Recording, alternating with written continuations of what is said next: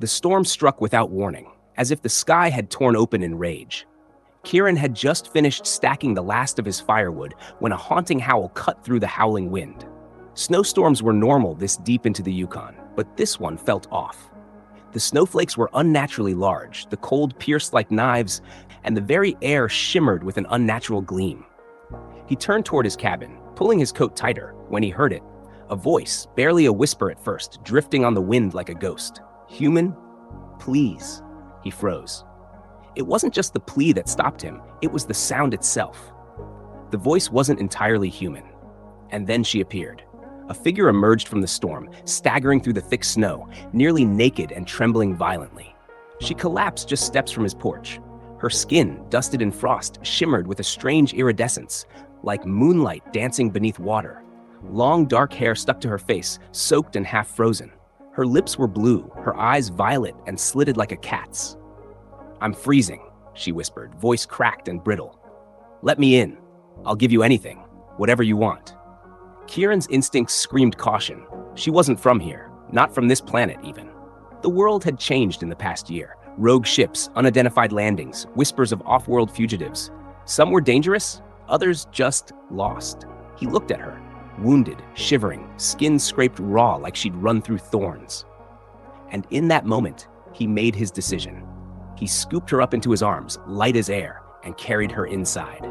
The warmth of the cabin wrapped around them like a shield. He laid her gently on the rug near the fire and pulled a thick blanket over her frozen frame. Steam rose from her skin as she thawed, and a faint glow pulsed from her fingertips. She blinked slowly, her expression a strange mix of relief and wariness. "Why did you help me?" she asked after several silent minutes. "You were dying," Kieran said simply. "Doesn't matter where you're from. No one deserves to freeze." She stared at him for a long moment, as if measuring something invisible within him. Then quietly she said, "I am Ziva, from Tharia." Her voice trembled at first, but grew stronger. "We don't beg, but I had no choice." Kieran raised an eyebrow. "Why were you out there, barefoot in a blizzard?" Ziva hesitated. "I escaped," she finally said. "I was captured, sold, traded between warlords in your outer colonies. I hijacked a pod and crashed here. I didn't expect this cold." Her words hit him like a punch. He could hear the pain stitched into every syllable. "You're safe now," he said firmly. "No one comes out this far. Stay as long as you need." Her eyes welled with something close to gratitude. "Thank you, Kieran." Over the days that followed, Ziva recovered slowly, cautiously. She revealed more. Her people had once belonged to a powerful alliance, shattered during the Tarkon Wars. Survivors were scattered, hunted, sold. She'd been captured during a raid and dragged from planet to planet like a trophy. Kieran discovered that her glowing hands were the result of a kind of bioenergy manipulation. She could heal wounds, produce light, even jumpstart electronics, for a few seconds at least. "Your tech is so crude," she teased one night, poking at his battered radio, "but kind of adorable." In return, Kieran taught her how to scramble eggs, sew torn shirts, and introduced her to the black magic that was strong coffee. They laughed, they lived, and little by little, they trusted. But some nights, Ziva would sit at the window, eyes fixed on the snowy dark, her expression distant, haunted. Kieran never pushed, until one quiet evening, sipping coffee by the fire, she turned to him and said, "You didn't just save me from the cold. You saved me from becoming a thing, an object." "You're not a thing," he said gently. "You're someone strong." Her fingers brushed his hand, warm now, steady. "You're kind? I owe you," he chuckled. "You don't owe me anything." But she leaned closer, her voice like silk. "You don't understand. In my culture, a life debt is sacred. It must be repaid with whatever the savior desires. Knowledge, power, secrets, my companionship, my body, anything." Kieran pulled back slightly, caught off guard. "Ziva, I didn't do this for a reward." She smiled softly, sadly. "Then I'll reward you in the way I choose." 3 days later, the forest changed. A low hum filled the air, vibrating through the trees. Ziva stood suddenly, face pale. "They found me." "Who?" "The scavengers, the ones who bought me last. They must have tracked the pod." Panic flared in her voice. "If they see you with me, they'll kill you."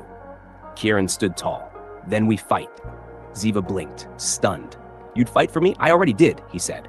"When I carried you inside, this is just round 2. She smiled, but this time it was fierce. That night, the forest came alive. 3 armored mercenaries arrived, scanning the snow with sleek drones, but Ziva and Kieran were ready. Old hunting gear mixed with alien tricks, snares, decoys, timed flares. When the first merc was caught in a trap, Kieran fired a flare into his face, disorienting him. Ziva knocked the second flat with a blast of raw energy. But the third was a beast, towering, armored. Armed with a plasma lance, he charged Kieran, slamming him into the cabin wall. Blood smeared the wood. No! Ziva's scream shattered the cold. Her hands erupted in blinding light, the snow hissing as it melted beneath her. She unleashed a burst of energy that engulfed the attacker. When the light vanished, nothing remained but charred earth. She dropped beside Kieran, shaking. "You're hurt," she whispered. "Let me fix this. Just stay with me." Her glowing hands pressed to his chest. He woke 2 days later, the world still and white again. The cabin stood intact. Ziva sat beside him, head resting on his chest. When he stirred, her eyes flew open. "You're alive," she breathed, voice cracking. "Barely," he muttered. "Thanks to you." Tears slipped down her cheeks. "I chose my reward," he smiled faintly. "What'd you pick?" Her voice trembled. "You. I want to stay, not because I owe you, but because I choose to." He brushed a strand of hair from her face. "Then stay." She leaned in, resting her forehead to his. "I'm not going anywhere, Kieran. Not now. Not ever." Years passed. The storms kept coming, but the cabin stood strong. Kieran and Ziva built more than a home. They built a sanctuary. Sometimes, other alien runaways found their way to the forest. She healed them. He taught them. And in time, stories spread. Not just of war or bloodshed, but of a hidden cabin in the snow where a quiet human and a fierce alien offered something the galaxy had nearly forgotten: safety, kindness, and hope.